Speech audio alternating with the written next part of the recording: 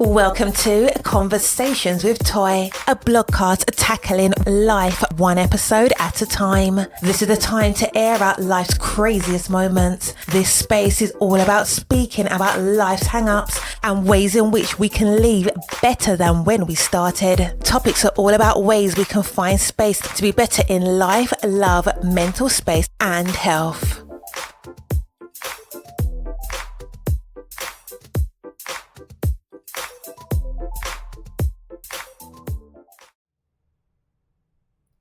For nearly 20 years, Love Honey has been the sexual happiness people working to make a fun, fulfilling sex life available to anyone.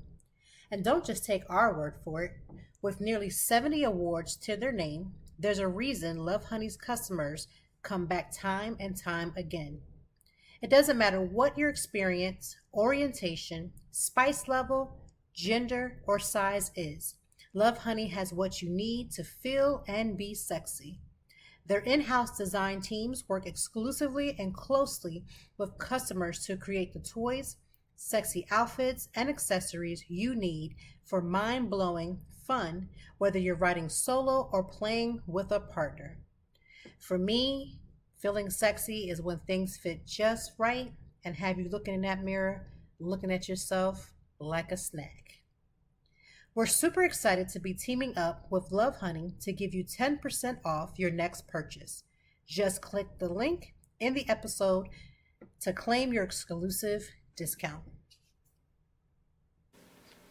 Happy Friday. I am so ecstatic to be with you guys.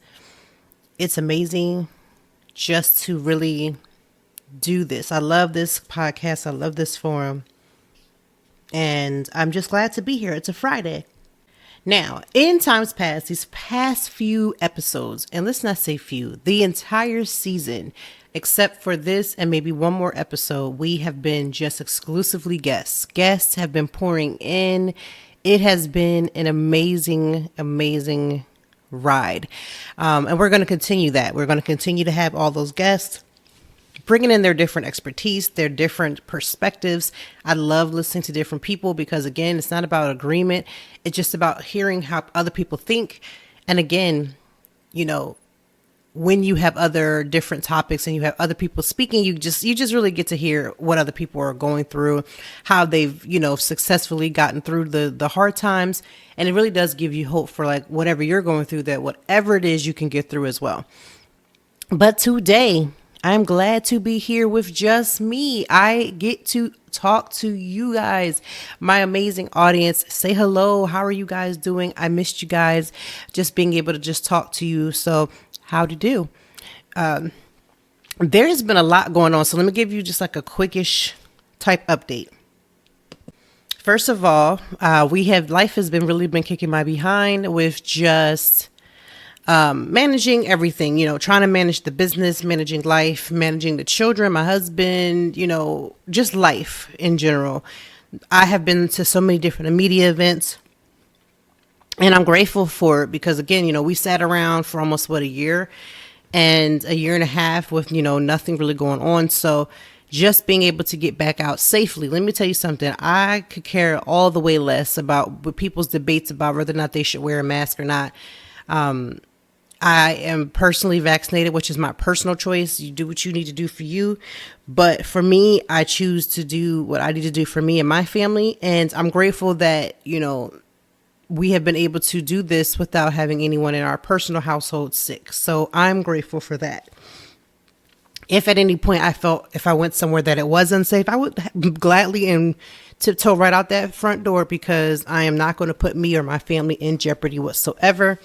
But so far we have been blessed and we're good to go. I also am grateful for the kids going back to school. It has been a ride. I think I know the secretary. There's a new secretary at the school. And I want to say she's new-ish. This is her second year. But again, because my kids were home last year, I didn't get a chance to really know her, really get to talk to her. Well, listen, this year that has all changed. I think I've gotten a call from the school almost every single day about something. in one regards, I'm grateful that they do keep us updated. So if the kids come down there and they're having the stomach ache or anything, they let us know. If the child has a headache, whatever it is, they call immediately. That's a far cry from what it used to be. So I'm not complaining in any way. But what I am saying is, when I see the school's number pop up on the screen, I say, oh my gosh, Lord, please help me. What is going on? What happened? Which kid is this? It's been a ride. So back to school is what it is. And now we're back in school, and now it's the cold and flu season. So now I got to say an extra prayer, because honestly, I've always felt really serious about the flu because 2 of my kids have asthma. And so, yeah, I'm more watchful of them with that. But can I talk about let's talk about manifesting. I want to say, now this is not a brag moment. So I had put on my vision board about 2 years ago that I wanted to have this specific car, the Chevy Traverse. And, you may be saying, well, that ain't no Range Rover, that is not a Mercedes. It wasn't even about that. I had saw the Chevy Traverse in a magazine. I really, really, really liked it. I saw that it was really capable. Like, they had different versions, and some versions was like capable of really like housing my family. My kids are about the same size as me, and my 10-year-old is just right underneath my height. And so I needed something that was going to be predictable and, all those good things. Over a year ago, my our community had gotten flooded, like a huge major flood, just a random rainy day that turned into a nightmare. And my car ended up getting completely damaged, like could not work, would not work. So I've been without my own personal car for a little over a year. And so I kept having, going back to my vision board, and I kept seeing that. And so, of course, now that the pandemic had hit, because I think the flood happened in the midst of the pandemic, like in the very beginning, sort of kind of in the pandemic. And so now without this car, the pandemic hit, there was no reason for me to have another car. Me and my husband working from home. The kids are right up the street from our house, and by up the street, everything's up the street to me. It's about maybe 7 minutes from our house. There wasn't really any reason for me to really dive in to try to get a brand new car, or any car, to be honest with you. But I'm grateful to report back that I have manifested my car and was able to purchase that Chevy Traverse. And I have named her Epiphany. And I named her that because Epiphany is another word for manifesting. And that is what I manifested on that vision board. And I just kept believing that that was the car that I wanted. And it's here. So her name is Epiphany. So I just want to say, for people who believe in, vision boards, and vision boards is not a magic trick to a vision board. Like, you really just have to do the work. But I honestly believe that when you envision something for your life, and you want something for your life, and you push something for your life, that if you do so, you're going to have the things that you need. And so I'm grateful that my new car Epiphany is here. And, we had to go a little ways to get her, but she's here, and I'm grateful. I'm grateful for that. Today's episode that we're going to talk about dating, and we're going to talk about anxiety while dating. This was a topic that was brought to me from a viewer. She sent me some messages and let me know that she wanted to know if I could do an episode regarding dating and anxiety. I think I've been really clear about that since the very Get to Know Me episode. This was back in season 1. We're in season 4 now. I talked about my struggles with anxiety. I talked about my struggles with like depression and things of those sorts. But the game changes completely when you are dating and you're discovering that you have these different issues. I honestly believe like this is like the year, the season of accountability. And I honestly believe that people are more inclined to really talk about themselves and the things that they have going on. One, because I feel like they're addressing their issues. Like, people are not keeping their issues underneath the rug and acting as if they didn't exist like people did in years past.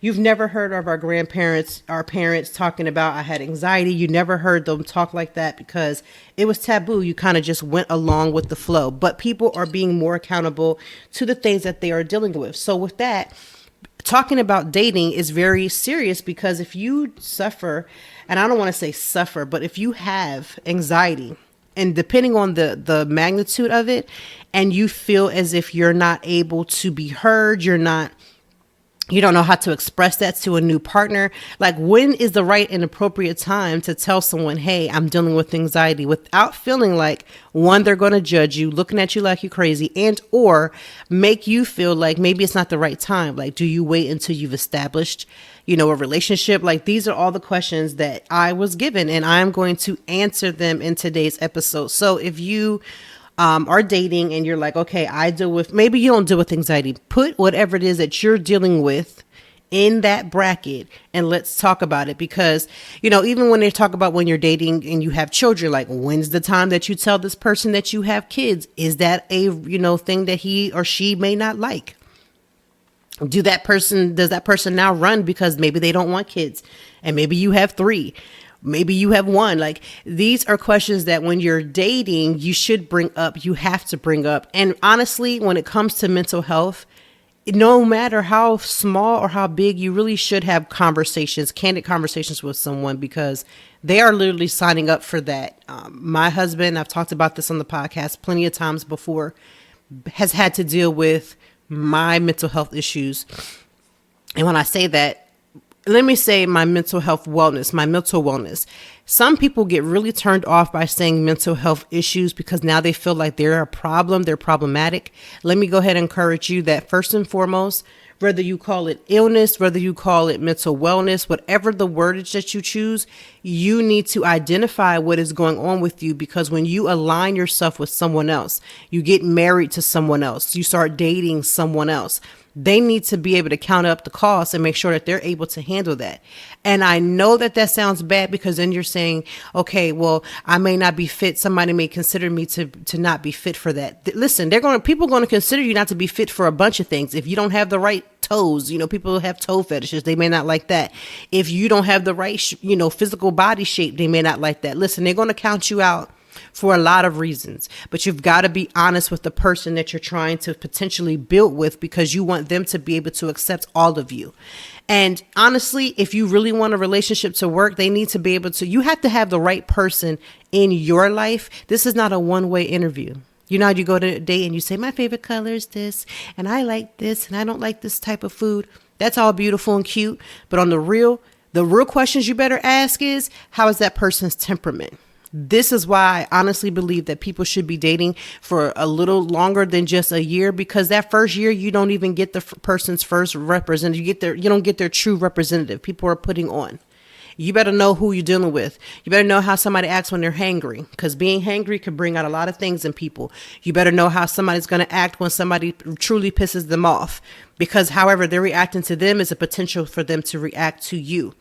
So how would you not know if somebody is dealing with anxiety and you're not aware of that? And then you get into the marriage or you get into the datings and you get deep into it. And then you start discovering all these red flags, right? So everybody has something with them. Everybody has something with them. It's up to you to choose what level you're able to endure, what level of it that you're able to receive and deal with it. Everybody has something with them. And I like to believe that every partner that we have that is for us was gifted with the ability to handle you at your worst. But if you're not telling them what your worst is, and you're expecting people to go into a relationship or a marriage or any type of situationship, at least blindly, that is not a good recipe for success, right? Everybody tells you what's successful in a marriage. Everybody tells you what's successful in dating. I'm going to tell you one thing, being completely honest and representing your true self. Because you'll never know the person that you're with, if they're supposed to really be there for you. And if they were literally made, like I honestly believe that we were made for someone else. From that foundation of the world, God already knew that there was somebody else for us that were going to be able to handle us at our highs and our lows. And we see the memes that say, if you can't handle me at my low, you don't deserve me at my high. You got to speak on those lows. You got to put it out there and be vulnerable sometimes. So let's get into this conversation. The first question that I was received is, how do you date well when you're always anxious? This is for people who deal with anxiety. If you are dealing with anxiety like the level that I now deal with it, let me just say, when I was dating, this has nothing to do with my husband. I mean, I didn't date just him, people. Come on now. All right. There was dating going on. as I was in the dating phase, at the time, I didn't even realize that I was dealing with anxiety, but I really was. So there's a level of, stress when you're getting ready for that first date. You're getting all cute. You're trying to make sure all your hair is tucked in a certain place. You're trying to make sure everything is going good to go. That's what's called a quote unquote normal level of anxiety. How it spills over into knowing that you truly have anxiety when it comes to dating is that you're sitting in a car and you're literally shaking because you're like, oh my gosh, I can't get out this car. I don't want to start this date. Or in the time that you're dating, instead of focusing on what the person is saying, you're hearing what they're saying. Everything that they're saying, you're finding a negative thought process for it. You're like, oh my gosh. So they said they like spinach. And what if I don't cook his spinach correctly? And what if what if he finds that I like green beans and that may be a turnoff for him? Like everything becomes super heightened. So how do you date well when you're trying to control your anxiety and you're also trying to introduce yourself to someone else, get to know someone else, but that is always on the back of your mind? I'm going to tell you the same way that I do events when my level of anxiety comes in is that sometimes you have to take anxiety with you until it falls off. Meaning you'll know that you're starting to get comfortable with a person, or you may just be uncomfortable for that first date. But if you go to that second or third date, you're just going to have to learn to live with it well. How can you date well? You have to learn to live well within yourself, knowing that you have anxiety. One of the things I've always been stressful of is telling people that you have to figure out something that works for you to get you through your anxiety. If therapy is helping you because they will then give you some tips and tools for how to deal with it, that's a beautiful start. But there are certain things that I personally do in my personal life that could help someone, even in a situation of dating. I deal with high levels of anxiety. So, when you're on a date and you're like, oh my gosh, that is me when I am out and about, especially when I'm out and about by myself, which is pretty much 80% of the time. I deal with that high level of anxiety. What are the people thinking of me? And the same thing you're with on a date. Does he like my outfit? Does he think these thoughts can be overwhelming and just overtake what you're trying to do. They take away from the positive experience of dating. And if you are listening to the sound of my voice, and I hope that you are, dating is stressful. I could not imagine having to date in 2021. Right? Honestly, I never understood why people did online dating, but I can see why. But even in that, it's stressful because you're trying to, weed a bunch of people out to figure out basically who your prince is amongst a bunch of frogs. And I have to give it to every person that is dating. Every last one of you that are in the dating process, I got to give it up to you because you are under attack of so many different levels of love, and you find the yeses and you find out to no, like it's stressful. So my heart goes out to you. Honestly, I don't know what I would do if I had to go back into the dating pool. To be honest, a part of me says I'm going to be single if that happens. Another part says I'm going to switch teams. I'm just being honest and real because that's just what I do. Like, I honestly feel like I don't know what I would do. But in order to date well with anxiety, you have to start becoming able to live well with yourself. I know that that's a hard task. It's not as easy as I am saying it. I wish it was, that I could just tell you to live well and that would just open up a light bulb in your spirit and you would just run off and do that. But you have to start figuring out how to live well. What I mean by that, again, knowing what you need in your daily life while dealing with anxiety. I do things like CBD. I use things like my Calmingo, which is the device that I use to basically control my breathing, and it completely calms me down personally. I will put a link in the show notes because in case you want to get one. But yeah, I use those different things. I actually use fidget toys. Now, not the big poppers like my kids use, but I have like this little, it looks like a little stringy, can't explain it, but I use that and I'm at high levels of stress. Like this week I had to go to the dentist. So I had that in my hand and I was fidgeting with it so they could do what they could do without me being stressed out. You may be able to do that underneath a table on a date where you can use that. I use a tapping method where I softly tap my foot in situations where I am stressful, because me noticing the tapping allows me to regulate my breathing, and it also allows me to then calm down, which also allows me to then come back into the moment. Those are something that you can do that are not exactly like, I'm not tapping my foot as if like I'm on a church and I'm hitting, the tambourine. It's a very small light tapping that I learned to do with my foot that is very calming to me. And these are just little things that I incorporate into my everyday life. So how can you live well with dealing with your anxiety tends to go towards a conversation of, you need to find ways of controlling your anxiety. You need to find ways of living with it and knowing when your highs, like if you know that you're going to peak at certain times, if that peaking comes out right before a date, get your life together where you're doing certain things right before a date. How you get ready for a date may matter. For me, when I'm going out to an event, I tend to listen to more gospel music. I've actually just been on a gospel music run. I've just kind of been listening to it a lot more often. It's a part of me. I'm a PK. It's never going away. But for me, I find that one song that makes me feel calm, that makes me feel loved, that makes me feel strong. And I listen to that. So that's something that you want to do if you feel like you're in a high level situation. These are just small tips that you want to apply to your life, period, whether you're dating or not, that can then help you and correlate to when you're dating. Now, we will get into the nitty gritty of like the anxiety process as you're weeding out someone, like as you graduate in your dating process from, I like him, I want to go on a second date, to I like him, I want to maybe spend a weekend. I like him and I want to make this official. Like there's different levels, and we'll get to that in the rest of our questions. The second question is, how do you have healthy steps or communicate with someone when dating? Okay, how do you have healthy steps or communicating with when dating someone who is anxious? So I believe the question is basically saying, how do you have healthy conversations with someone who is anxious? So if you may not deal with anxiety, but you're dealing with someone who is an anxious person who has a level of anxiety, how can you communicate? How can you walk with that person? How can you basically be on that journey with them if you yourself does not deal with anxiety? I have to take this rule book or this conversation that my husband and I have quite often. One is that you need to communicate.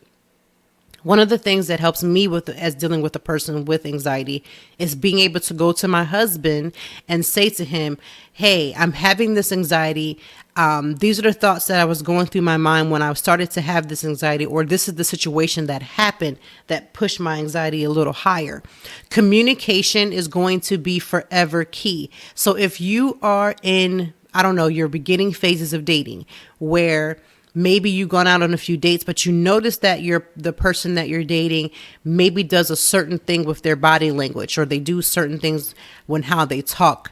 Maybe they speed up their conversations quite often because they're anxious. An anxious person will talk extremely fast, or they may not be as engaging.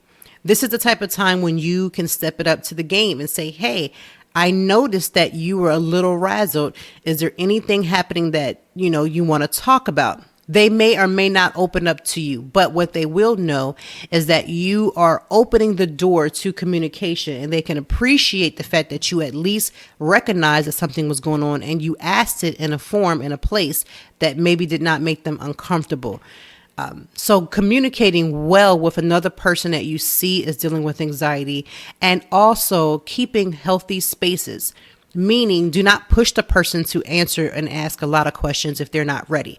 Ask the question and say to them, whenever you feel you're ready to have that conversation, I will be here to support you. Is a beautiful way to increase that communication, to make that person with anxiety feel completely safe. I'm going to tell you right now, when you're dealing with anxiety, the best thing you can have is to have communication and safety. Having a conversation where you feel that that person has your best interests in mind, even in the beginning stages of dating, when someone is really trying to impress you, and they're saying to you, hey, if you need me, I'm here. Now, that doesn't mean you need to give them and throw your life story at them. You don't need to tell them all of your triggers and traumas right off the bat, but it opens the door that you can at least talk about the initial moment. So if you're dating and you notice that your foot is tapping, and maybe they've noticed it because now you, instead of tapping lightly, maybe you're making more sound with your feet. Then they may say to you, hey, how are you doing? What's going on? Is there anything I can help you with? These are very good questions for you if you're talking to someone who is dating and they are dealing with anxiety, to make them feel safe. So practice communicating with someone in general, but definitely practice helping other people around you. Always find a way to be a great sounding board for someone else, regardless if you're dating them or not, but especially when you're dating. And if you've gotten from date 1 and you've gotten to date 2 and then subsequent dates after that, you're going to want to start to build a bridge of trust. And to build that bridge of trust very slowly is, again, to communicate. Communicate and keep a safe environment. Ask yourself, if you were in that person's position, how would you want to be handled? How would you want to be treated? How would you want to be talked to? Remember, we have to learn to go back to the old school basics. Talk to someone in love. You will not talk disrespectfully to someone that you truly do love. I'm not saying that you're not going to have disrespectful moments, because I've had those moments with my husband and God knows I love him. But in that immaturity, right? That immaturity will allow you to cross lines that you're not supposed to cross. So I need you to go back to the old school way of learning to talk to other people with love, especially when you're on a date. You want to make that person feel safe. You want to make that person feel like, even if that date doesn't go to second date, right? You want to give someone a great and amazing first date.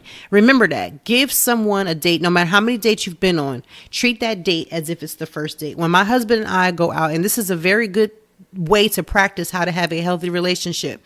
When my husband and I go out, I do my best to, one, come off that cell phone, to give them my undivided attention.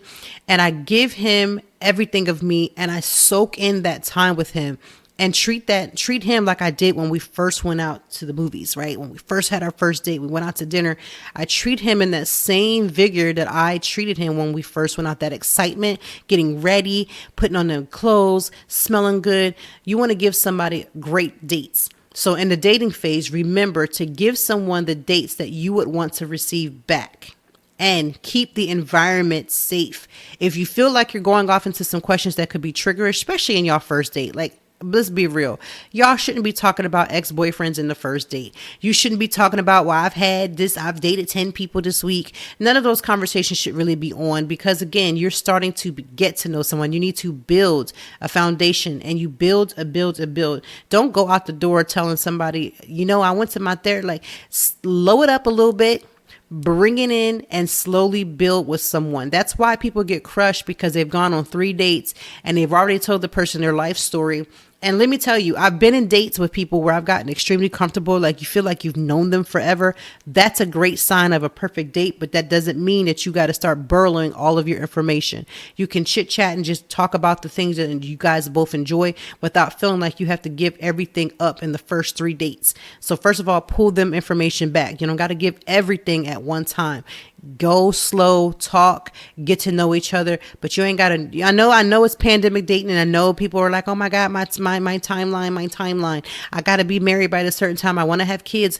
I'm later and I'm blooming late, and I want to do these different things. You still need to be respectful of yourself and the person that you're potentially dating to build. You still have to build. So I know in 2021, everybody's on this microwave generation where everybody can get it where they get it and get it right now. I'm telling you, you want to still have some level of pulling it back and just having conversations, because you're going to miss all kinds of red flags when you don't slow down and talk and listen. Talk and listen. How does one with anxiety manage internal assumptions? Let me explain to you what that means. So because I understand that internal assumptions happen all the time when you deal with your level of anxiety, you will assume the worst every single time, because that is how your mind is thinking almost all the time. I'm going to say the same thing that I said in the beginning. I think having a good, healthy lifestyle within yourself and dealing with your anxiety on a one-on-one, meaning one-on-one with yourself, is the best way to deal with that. You are not going to date someone and they're just going to sweep you off your feet and all of a sudden these assumptions are just going to go away. They will eventually, but in the beginning, you can literally sabotage a relationship in the very beginning because you're assuming the worst. Every time that person doesn't call you right off the bat doesn't mean that they're with somebody else. But in the same token, did you say to that person that you wanted to exclusively date, or did you assume that that person was supposed to know that? Dating can be tricky, but again, it takes communication. Listen, I really wish I can go back in my 20s. I would be dating out here and really, I wouldn't necessarily be out here breaking hearts, but I definitely would be making sure that I dated like I needed to date. And what I mean by that is I do believe in multi-dating. Back in the day, I used to tell myself that I was like this And I am a relationship type person. That's evident. Most of the relationships, even when I dated people, were so long term that it literally was, I didn't have multiple dating of people. But if I go back in my 20s, I love my husband. He already knows. We both have these conversations. This is one of the beautiful parts about our marriage. We have types of conversations like this that doesn't lead to us talking about getting divorced the next day. So if I could go back, I would multi-date, and I would multi-date by letting people know, not necessarily like, hey, I just want you to know that I'm dating people. But when they would ask, I would say, yes, I'm sorry, I'm not exclusive with you. I am dating other people, and leaving it at that, because people don't need to know more information, right? Keep them right where they need to be. That's what they need to know. I am not dating you exclusively. I am dating other people. And so you need to be clear that you're making whatever it is that you're going on very clearly. Secondly, you're going to have assumptions. The most healthy way is to ask yourself, did the person give you a reason to have those assumptions? Because a lot of times it comes from our own trauma. If you've had a person that you just couldn't trust in your past, meaning you dated somebody who made you feel like everything was great and then you slowly found out that it wasn't, you're going to go into your next relationship with all these different traumas that need to be dealt with before you start dating. And what I mean by that is, it would be nice if you can compartmentalize and you would deal with yourself, then you would start dating. Most people don't do that. Most people date and continue on with these traumas and things that they got going on, and they take it right into the next relationship. There's no cleansing process. There's no, downtime between another partner and another partner. You really have got to get some closures on what are your traumas. If you feel like someone having to text you at right after you have text, them, and they don't do that, and that ignites a trauma where you feel like that person may be unfaithful, they're not being honest, they're not being true.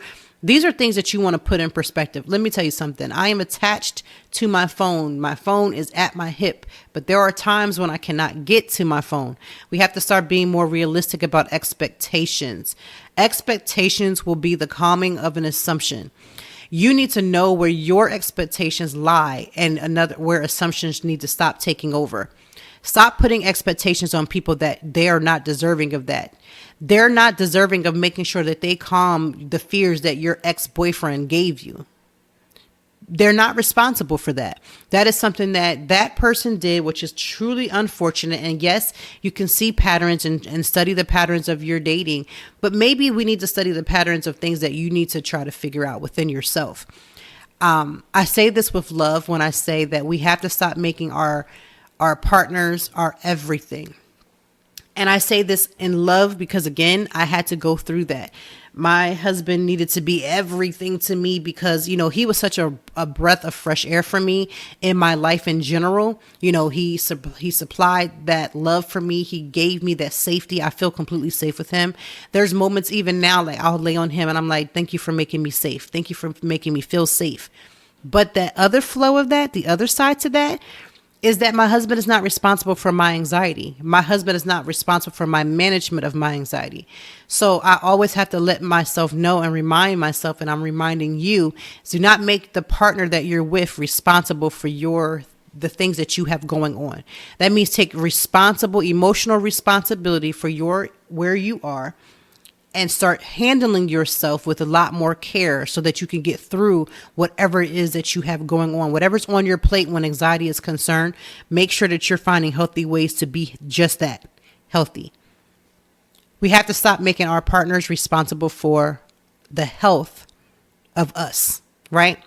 I've heard people say, well, my husband doesn't show that he cares and he may not be showing in the way that you want it, right? My boyfriend is not showing that.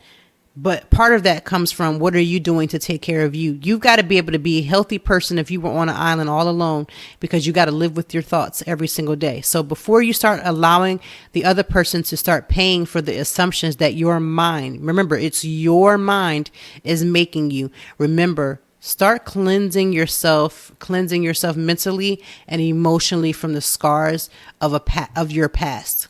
Because your past and not being able to handle your past is going to keep you stagnant. You're not going to be able to go forward if you cannot get past your past. We all have one. Good, bad, or indifferent. Mine is mostly bad.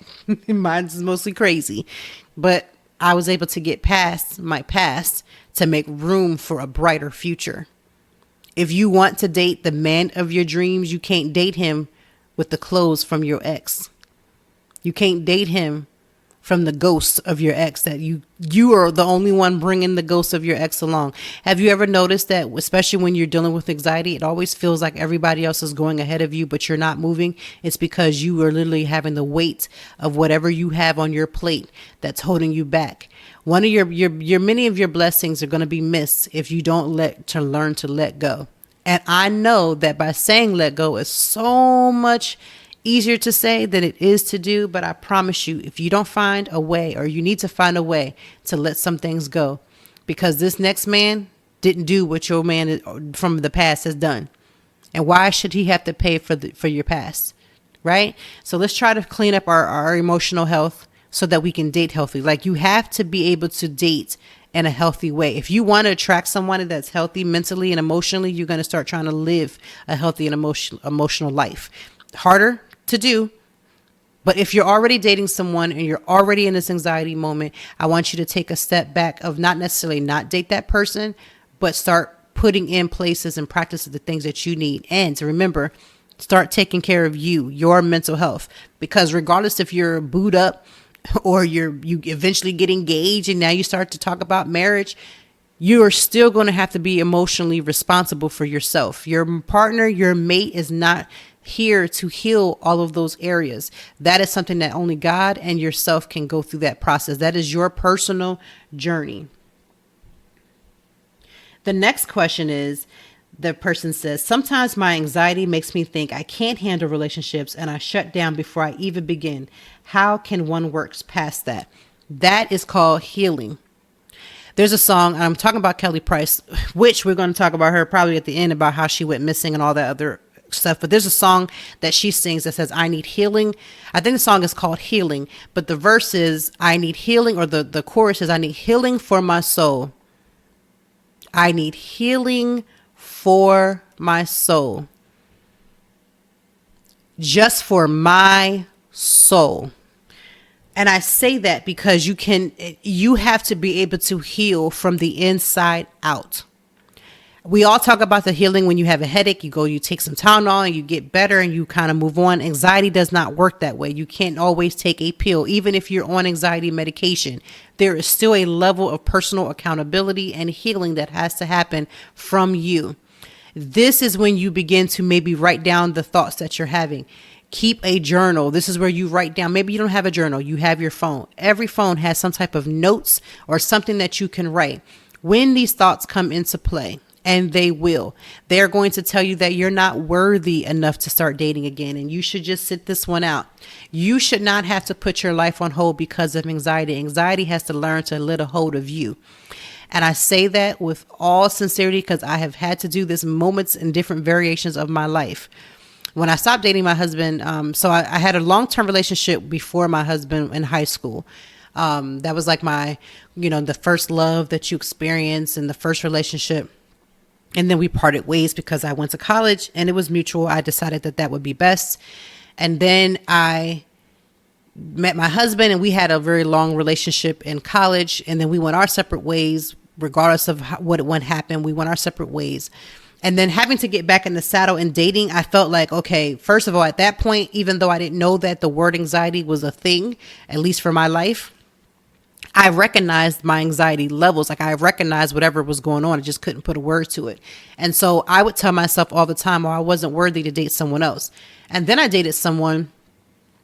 We started to date this person and they were so aloof. It wasn't something that I could handle because I need communication. But the person that I dealt with, the person that I was dealing with had literally no communication skills. I swear to you, I don't know where his communication skills were, but they were not there. If he's listening, it is what it is. He just did not have any type of communication skills. So I began to tell myself that I wasn't worthy enough to date because maybe from what I did in my past 2 relationships was like, a thing. Like maybe, I wasn't worthy of it. And then I did start to casually date. And as I started to casually date, again, this level of anxiety where you feel like, okay, maybe I should just end this because, I'm not worthy. This is crazy. And maybe I shouldn't be in a relationship. Maybe I need to take a break. And To be honest with you, maybe I should have taken a break. And in actuality, I'm gonna keep it 100. I did take a break after my husband and I, when I was dating in college. I stopped dating. I didn't date anybody, and I mean did not date anybody for months, and trying to get myself together, because that hurt of me breaking up with my husband at the time, well, my boyfriend at the time, who's my husband now, was so much for me. It was very devastating for me, and so I did take some time off. But even then I was like, maybe I didn't take enough time. I would say, again, this is where if I would have had the mindset, of course, hindsight is 2020, knowing that I needed to heal from the things that I was personally going through. My anxiety was actually from when I was a kid and didn't even realize it. Again, going into therapy. And I always say, every adult, I don't care what your relationship status, needs to have a conversation with a therapist. Even if you think that your life is great, you need to have that conversation, because there are some things that a therapist can see and hear that you're not hearing and seeing that could be valuable to your dating world. You may be having traumas that may be too much for you to just write down your feelings and your thoughts and think that that's going to help. Like, you may need extra help. So I would say get therapy, get grounded, become the best partner to yourself, like become loving and understanding to yourself, because that will open up the doors for you to get healed so that you can become greater in your relationships as you progress. How does one work through sexual anxiety? Sexual anxiety means that your stress level, it may be marred by maybe trauma sexually. Now, I am not a licensed therapist. Let me be very clear in any of this advice that I'm giving you. And I have always told you and always encouraged you to get your own therapist. But I will say, from my own personal experience, you can have sexual anxiety because you have some type of trauma that has happened around sex, meaning that sex for you doesn't seem always as pleasurable, because at some point of your situation, sex was either pushed on you from someone else, and or you might have been in a situation where your partner just didn't value, like sex was always a one-way street and it wasn't like a two-way, meaning that your partner basically used you as a release but never gave you that release. So you might want to get really clear and talk about that before you actually have another sexual encounter. Meaning, I would have some type of conversation once you realize that this is after you've dated for a while. This is not first date sex. This is not second date sex. Now, be honest and clear with you. Be careful who you have first date sex with, who you have those early sexual experiences with, because I do believe in soul ties. So when you have sex with another person, you literally are tying yourself sexually to whatever that person has going on with them. And so you shouldn't just, I know this is the era where people just have sex to have sex. But if you're not mentally in a space where you can literally have sex with somebody and walk away, you should not have random sex with people just because you want sex, because we all are sexual beings. There's nothing wrong with sex. But you shouldn't just be having sex with people if you know within yourself you can handle it. I know men tell themselves, because they're more quote unquote in a position that they can just have sex and move on. I know they tell themselves that they can do that, but men have traumas and things that they have going on too. You too shouldn't be having sex with random people just to have sex with them, or just because you got hot, so you want to relieve yourself. You're not a dog. And there are ways to relieve yourself that doesn't have to include another person. I'm just saying, stop engaging with sex randomly with just random people. And it's not just because of STDs and all this other stuff, although you already should know that, because you shouldn't even be having sex if you can't understand that very basic principle. But I would say you need to not do that. And so if you're having sexual traumas that you have not dealt with, I would implore you that if you want to have the best sex of your entire life, that type of sex where your mind is at ease and you can reciprocate and you can give and take, because that's what good sex is. Like, good sex is being in a situation where both partners are satisfied, where both partners come in the door and they're like, they know each other's body, they get to know each other, they can really relax themselves. If you're in a situation where your mind can't relax because of all the sexual trauma and the sexual anxiety that you're having, I would say start dealing with yourself so that you can learn how to release some things, because sex should be a fun experience. Sex should really be honorable. It should really be something that you really love and enjoy doing. And when you find the right partner, sex can be very mind exploding if you can clear your mind enough to come into the door. Like, the partner that you're with, the person that you're with deserves to have the best sex of their life with you, if that's what you're choosing to do. And a lot of that comes from having a clear mind, having your mindset be completely changed. And if you're dealing with sexual trauma, I wouldn't suggest that you go and start adding more sexual partners to the mix. I would suggest you getting yourself together and getting that mind right. And then talking about those things with a person that you trust, because you need to be able to release your mindset around sexual and sexual trauma. And your anxiety is increasing because maybe, again, you're still stuck on things that may have worked or didn't work with your partner. You can literally, people don't necessarily have to teach people how to have sex, but you can teach the person that you're with, the person that you're now choosing to have sex with, how to have sex with you and what you need. You can do that by guiding them, by knowing you. I always tell you this: if you know your body and you know what you need and you know where you need to be in during sex, you can literally teach a partner the way you need to be loved sexually, right? You can teach a partner that by guiding them to where you need them to be.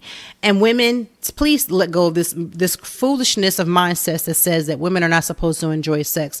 Some women have higher sex drives than men. And if you're that woman, it's fine.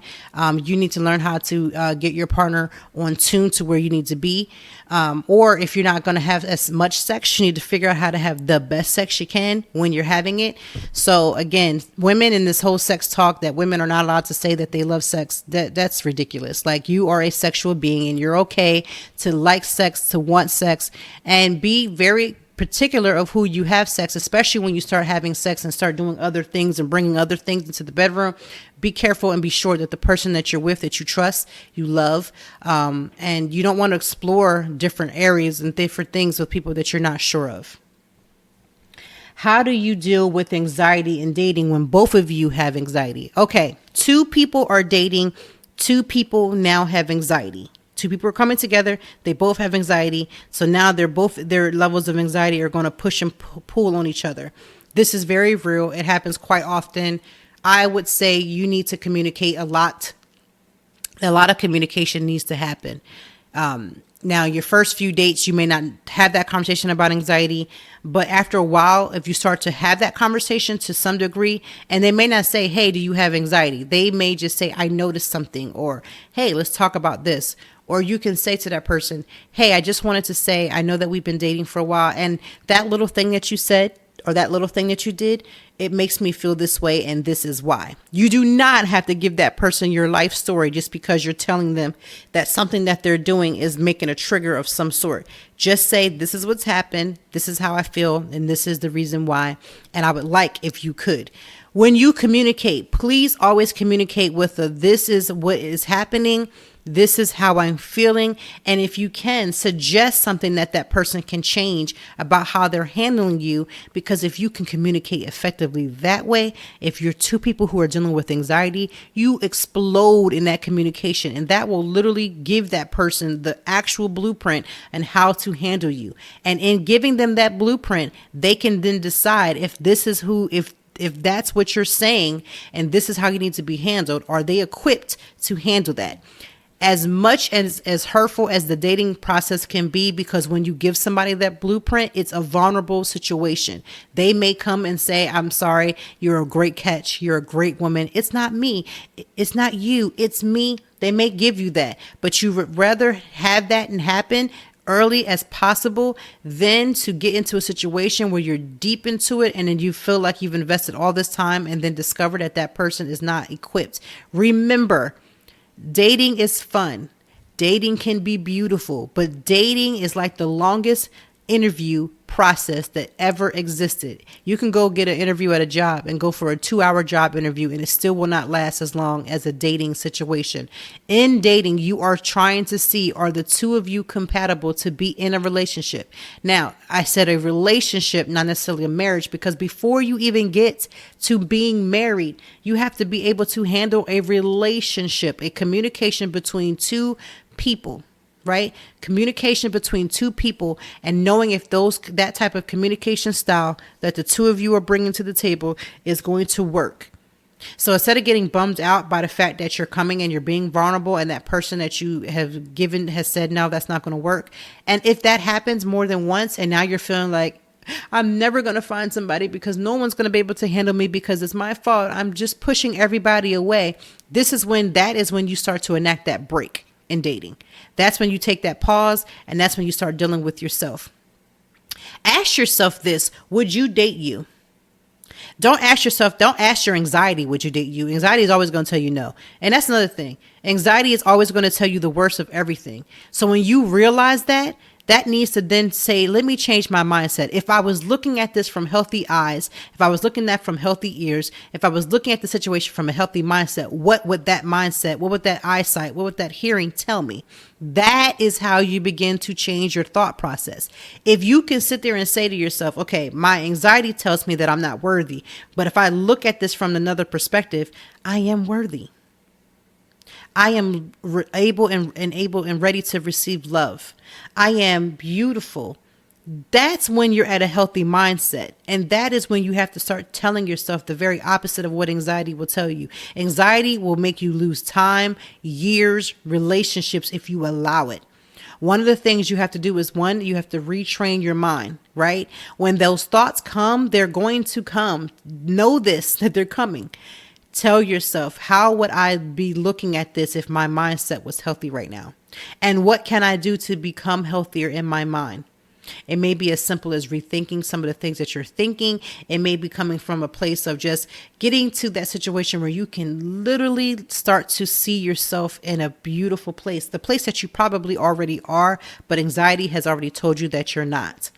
Change your mind. People keep thinking that the mind is such a small little thing, but your mind is the gateway to your success, no matter what it is. When you're telling yourself that you're not going to make whatever you're going to do in your business is not going to flourish because your mindset is all jacked up. And I need you to recognize that your mind doesn't always think the way it's supposed to think, but how can I get my mindset back to there? So if you have two people who are dealing with anxiety, look at yourselves. Think of yourselves, talk about the way that you can think of and look at each other, see each other in the best mindset. And again, this comes from dealing with yourself. This comes from some form of therapy. This comes from some sort of healthy mindfulness activities. If you're not having mindfulness activities every single day with each other and apart from each other, you are not going to be successful because you are going to then have all these things happen and there's going to be a tidal wave of crashing that's going to take place. But I want you to prevent that by having mindfulness activities. When I wake up in my morning, I have to start telling myself, first of all, I'm going to have a great day. I'm going to have a great day because I'm going to do the things that I need for my day to be great. And that may mean the day before setting myself up for success by making sure I have what I need. That may mean waking up, making sure I'm listening to a podcast or I'm listening to or reading a book for just a couple of minutes instead of just jumping up. That may mean I need to set my alarm a little bit so I can give myself that 30 minutes of waking up, not getting on my cell phone, waking up, praying, waking up, meditating, waking up, doing some form of yoga. What self-care am I putting in place in the midst of my dating? Dating can be beautiful. You don't need to see that person 24/7. Take a break. Put a day in there for yourself. Put some self-time in. And I mean truly for yourself, where you go back to the things that you enjoy. Because remember, when you date somebody, they're not going to always enjoy the things that you love. I am married to a beautiful and amazing husband. He's become, and I say that, and we have understood our relationship, he has become the man that I have needed. He always was the man that I needed. But of course, your anxiety won't allow you to see that. But he has become the person that I've needed because I was able to communicate to him the things that I actually need. Right? Love is beautiful. Communicating clears up anxiety. It clears up misunderstandings. It also allows you to tell that person what you need. Men are not mind readers. You're not a mind reader. Women aren't mind readers either. So if you're not talking about something you need, but you're attacking that person because they didn't give you what you need, the problem isn't them for not giving it to you. It's you for not asking for it. It's you for not saying that. And I know your mind has told you, if you ask for it, if you speak up on it, they're going to run. If they choose to run, they ran because they weren't supposed to be here. As hurtful as that process becomes, as hurtful as that, that thought that every time you go and you start telling people about who you are, they run. It's better to understand that at the end of the day, that person was never equipped or wasn't equipped to stay for what you needed. If you truly believe that a relationship is a two-way street, why would you want to be in a relationship where you were going to be holding all the cards? You cannot be in a relationship where you're doing all the work, right? It takes two people to consistently work. My husband and I got to the point where we had to learn how to work together. That means he's bringing in his thing, I'm bringing in mine. So how can the two come together? We communicate. Hey, for today, I'm going to need A, B, and C. I really like it when you do this. I really like it when you take that time. Remember yesterday when you really took that time and you spoke to me? Can we do that more often? That really helps me.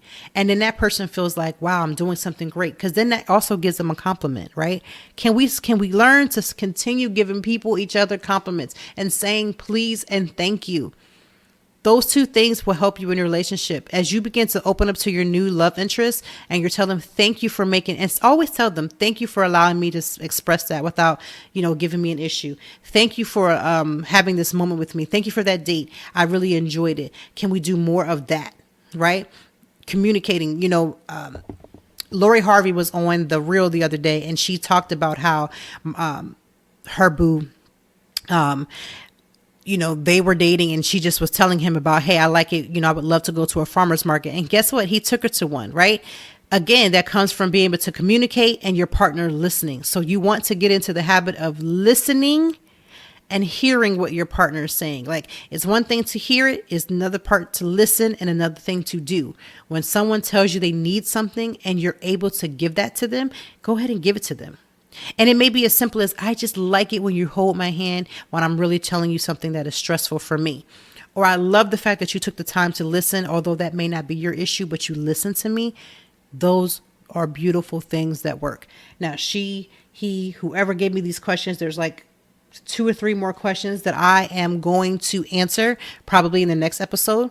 But if you have a question that you want to ask me, you can more than welcome to do so. Send me an email at toitimeblog@gmail.com. That is toitimeblog@gmail.com, and I will answer it to the best of my ability.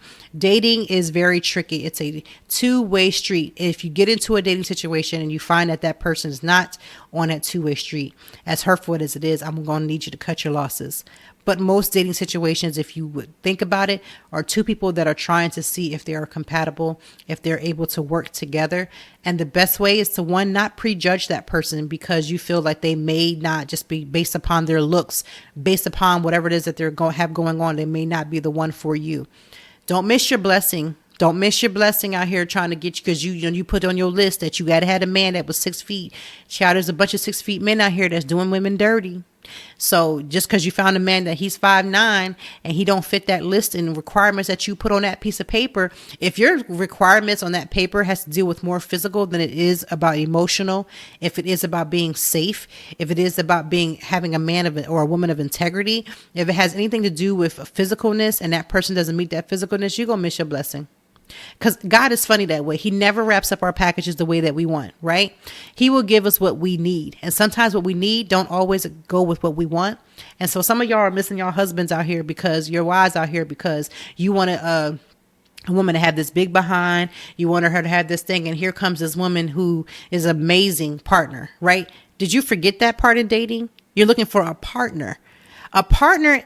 My husband and I have become each other's partner. We were not always each other's partner, but a partner is the one who always has your back, right?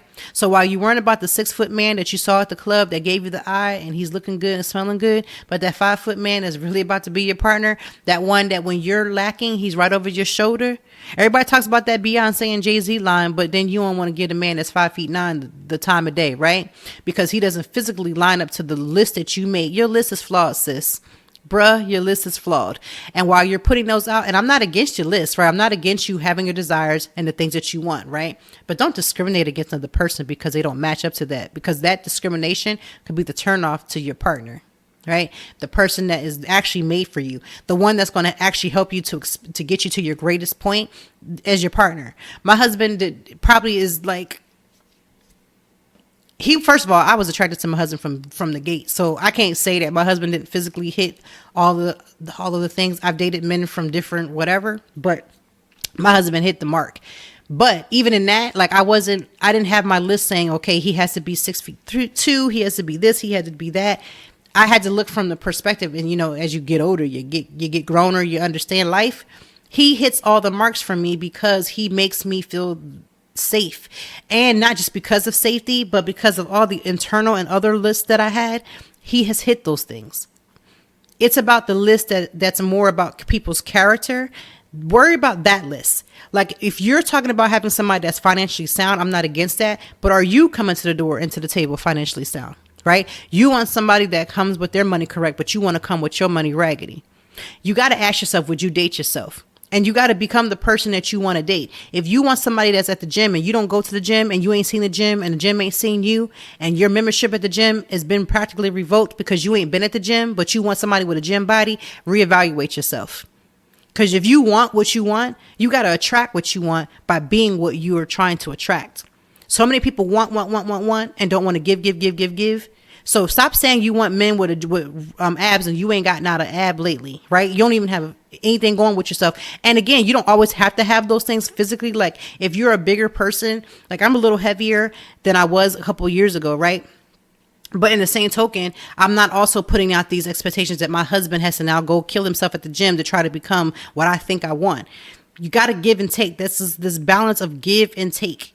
So I want us to start presenting ourselves in this dating world the way that we want to attract these people that we want. Like you have to start putting out there the things that you want. If you want someone to travel and you want to travel the world and you don't have a passport, what are you talking about? How are you going to go with them? They may have their passport already.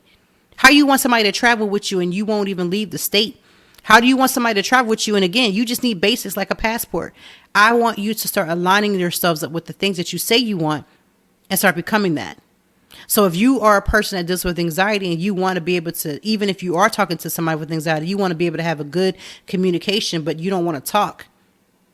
These are the things you got to change and change on the sidelines while you're dating, because you're going to want to present the best you that you can.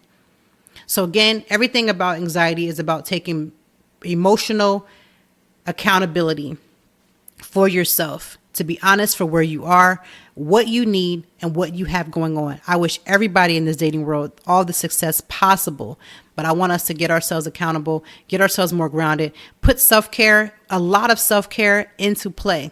Sometimes that may mean that I'm not going to meet up with my boo today because I need to take care of me. I may need a nap, or I may need to go and treat myself to a dinner, to something I like to do. I want to go to a coffee shop. Maybe I just want to go do some shopping by myself. I want to go ride and take a drive by myself. It's okay, right?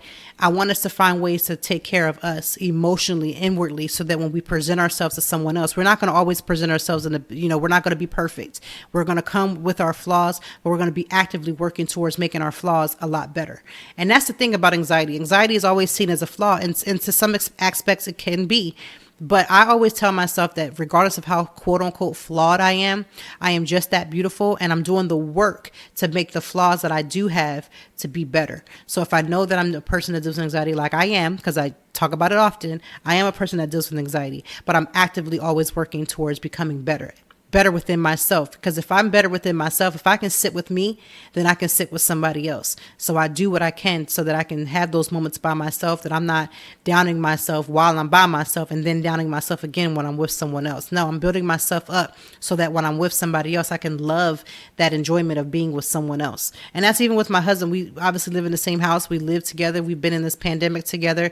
I want to say this is the first in our entire lives where we've been together this long and this consistent, and we don't have that many arguments, because I'm learning to live within myself, sit with myself, and be proud of the person that I am, so that when I go to sit next to him, I can sit next to him and enjoy that without coming in the door thinking 20 million things. That's that thought process when you're anxiety, that you think 20 things are wrong. I don't have to do that anymore, or I do that as less as possible, because I realize I'm doing the part that I need to do. So when I go to sit next to him, I can just simply enjoy his presence.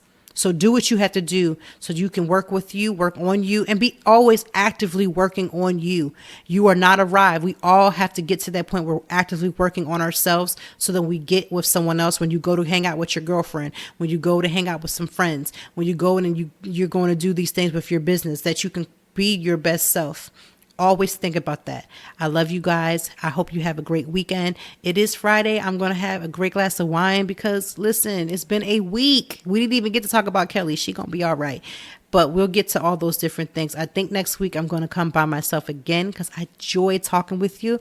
If you have a question, send me an email. But I already have the topics ready, and we're going to go from there. So have a great weekend. We are about to, this is actually a new month. It's October the 1st. New month, new goals. That means we are in fourth quarter. Fourth quarter is that last quarter of the year before it is time to end 2021 and start 2022.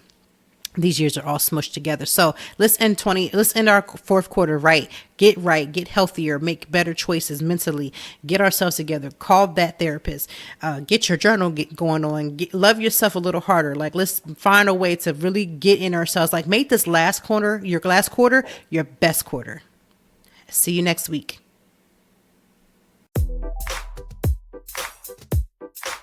Thank you as always for joining me, and I know that even in the deepest or joyful conversations that there's something we can learn and apply. Until next time, I hope that you are doing better. If not, we will be back to talk some more and handle it. Peace to you and yours. Stay grounded.